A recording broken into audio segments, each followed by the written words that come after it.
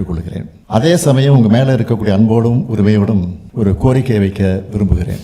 எப்போதுமே எங்கேயாவது முதலமைச்சர் போனால் தமிழ்நாட்டை பொறுத்த வரைக்கும் இடத்துலாம் கோரிக்கை வைப்பாங்க. ஆனால் நான் முதலமைச்சராக வந்து உங்கள் இடத்துல இப்போ கோரிக்கை வைக்க வந்திருக்கிறேன். ஒன்றும் பயப்பட வேண்டிய அவசியம் இல்லை. உலக நாடுகளை, குறிப்பாக வளர்ச்சியடைந்த நாடுகள் எப்படி இருக்குன்னு பார்க்குறவங்க நீங்கள், இது மாதிரி நம்ம தமிழ்நாடும் வளர வேண்டும்.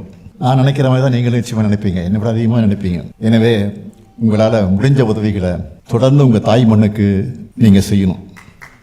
செய்வீங்க, செஞ்சுக்கிட்டு இருக்கிறீங்க. நீங்கள் சின்னதாக பிஸ்னஸ் செஞ்சுக்கிட்டு இருந்தாலும் உங்கள் தொழிலை தமிழ்நாட்டிலேருந்து தொடங்க முயற்சி பண்ண வேண்டும். பெரிய பெரிய நிறுவனங்களில் நீங்கள் வேலை செய்கிறீங்கன்னா உங்கள் நிறுவனத்தில் நம்ம தமிழ்நாட்டில் நிறைஞ்சிருக்கக்கூடிய வாய்ப்புகளை பற்றி எடுத்து சொல்லி நம்ம தமிழ்நாட்டில் இன்வெஸ்ட்மெண்ட் பண்ண மோட்டிவேட் பண்ணுங்கள். உங்கள் சொந்த கிராமங்களை கவனிச்சுக்குங்க. அங்கே படிக்கிற நம்ம அரசு பள்ளி மாணவர்களுக்கு, ஏழை எளிய மாணவர்களுக்கு உங்களால் முடிஞ்ச கல்வி உதவிகளை செய்யுங்கன்னு கேட்டுக்கிறேன்.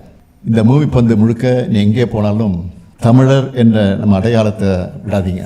உங்கள் வேர்களை மறக்காதீங்க, தமிழை மறக்காதீங்க, தமிழ் மண்ணையும் மக்களையும் மறக்காதீங்க.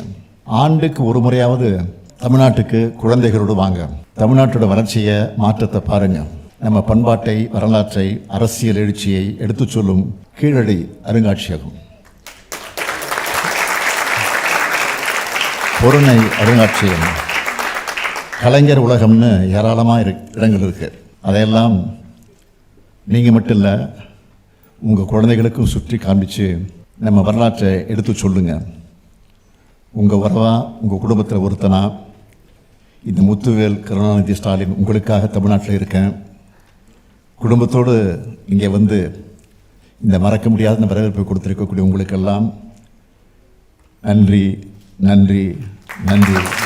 விடைபெறுகிறேன். வணக்கம்.